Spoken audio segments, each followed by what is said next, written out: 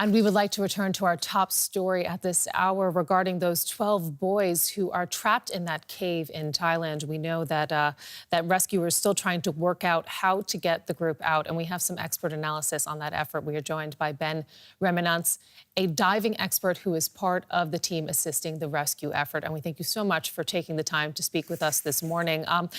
We've been hearing that getting the boys out could take weeks or even months. In your assessment, how difficult is it to dive into and out of a cave like the one where they are trapped? It's very difficult. It's actually an extreme cave dive. It's a roughly 2 kilometer swim inside from Camp 3. And Camp 3 is about 1.5 kilometers of swimming and crawling to the actual spot where the diving starts. So it's a top level dive. And we understand. The option of diving. Sorry, Ben, for interrupting you there. We understand that some of the boys that they don't even know how to swim. Given that how long do you think it could take to teach them not only how to swim but to dive so that they could make it out safely? Teaching someone to dive can be done in a few hours, but to cave dive would take an experienced diver at least 100 dives, and this is an extreme cave with some passages merely a diameter of 60 centimeters where conventional scuba doesn't even fit through, let alone the current and the really bad visibility make it into almost an impossible and very, very dangerous feat to get the boys out.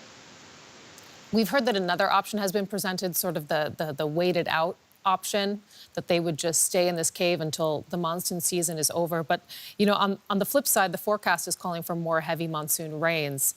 Do you see that as a viable option, the one to wait it out? And how much do the rains complicate the rescue mission?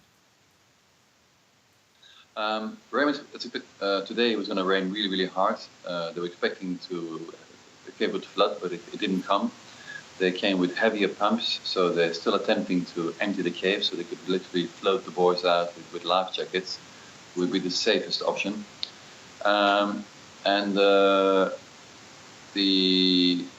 they found an alternative exit that might pose a solution, because yes, 3 or 4 months surviving in that cave would not be an option. Would not be. Just a second. And Ben, we know that... Are you still with me?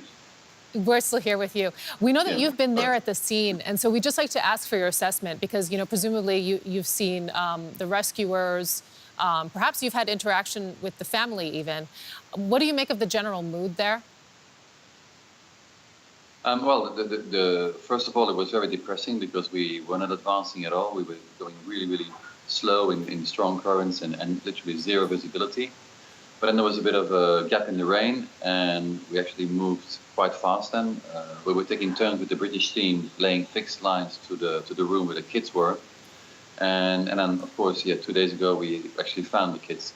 Now, if the system would flood, that would mean, they would be closed from all access, even there's no way of reaching them. So 2 Thai Navy doctors have volunteered to be locked up with a huge supply of food, to be locked in there for 3 or 4 months, which was quite a bit of sacrifice of their part. So really a race against time that you are articulating there. And Ben Reymenants, I know many people are looking at, you know, the rescuers, the divers like you, really as heroes in this situation. And we wish you all the best with the further efforts. I know that everyone is thinking about those 12 boys and has them in their thoughts. Thank you, Ben.